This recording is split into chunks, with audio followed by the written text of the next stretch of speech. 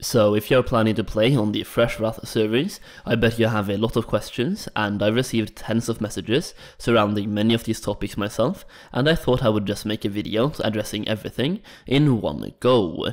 To be honest, I have no idea what I'm going to end up titling this video, so hopefully it is not anything too clickbaiting, but if you're planning to play on the Fresh Wrath servers, I bet this video will be helpful to you.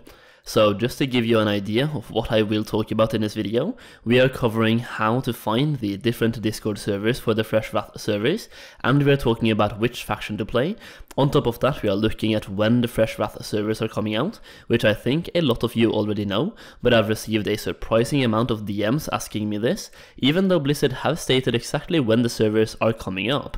So let's talk about that first. The Fresh Wrath servers are going live directly after the maintenance is done.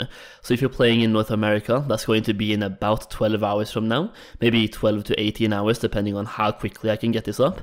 Basically, just open your Battle.net client and look at when the maintenance is scheduled to be finished, and keep in mind that sometimes the maintenance ends earlier than what it says on the client. For EU, the maintenance is scheduled from 3 AM to 11 AM on Wednesday morning, so theoretically the Fresh service should come out at 11 AM CEST on Wednesday morning, but as usual it could be going live earlier as well, as the maintenance usually ends earlier than 11 AM.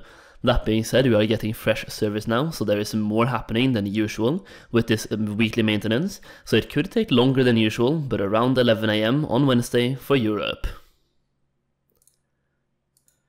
Okay, now on to the next topic, how and where to find the Discord servers for the different servers.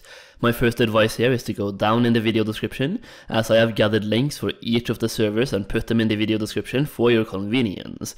That being said, some servers have multiple Discord servers, and I can't really tell you which one to join. This is the negative part about having individuals creating Discord server instead of having Blizzard run those servers, because one corrupted moderator can literally destroy a Discord server, plus the general community in the Discord servers can destroy the servers through toxicity.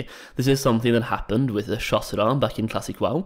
We actually had to recreate the Discord servers 4 times before we got the perfect one, so just in case one of the Discord links in the video description ends up getting corrupted, I always recommend checking the Classic WoW subreddit and scroll through the comments. So, which faction should you pick? I feel like most of the people asking this question is low-key trying to figure out which faction will be the most popular and choose that one, as they want to ensure they are on the winning side if the server ever becomes one-sided, which is what has happened to literally every single PvP server in Classic WoW and TBC Classic now. So first off, addressing the PvP servers. So far it seems very 50-50-ish, maybe 60-40 in favor of the Alliance, 55 to 45 maybe, so 60% Alliance and 40% Horde. It is very difficult to base the actual faction balance off of only the Discord servers, as not everyone are on these Discord servers. And for example, I recently ran a poll on my YouTube channel to check the faction balance on the Fresh Wrath servers, which came out literally 51 to 49, 51% Alliance and 49% Horde, so it does look like it will be fairly balanced, but based on the metrics and the evidence I have found so far, it is a little bit Alliance favored as of right now. When it comes to the normal servers, on the other hand, they are a lot more one-sided, and statistically, they always have been. In Season of Mastery as well, the top 3 normal servers were all sitting on above 60% Alliance, most of them up to 75% Alliance, and this was at the launch, and Alliance have always been the dominant faction on normal servers. That is not any different this time around. We're looking at roughly a 65-35 split, where 65% of players are choosing Alliance, and 35% of players are choosing Horde, specifically for the normal Fresh servers.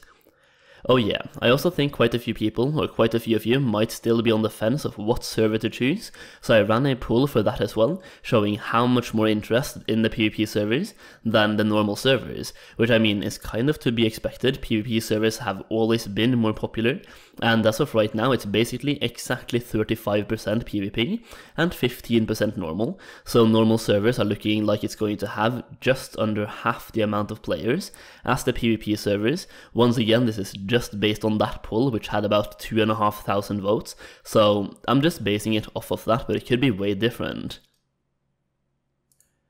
I also know that a lot of you have some concerns about the long-term health of these fresh servers, and a lot of people are saying that they are not fresh enough, since Blizzard have reserved the right to open up transfers after the 3-month mark.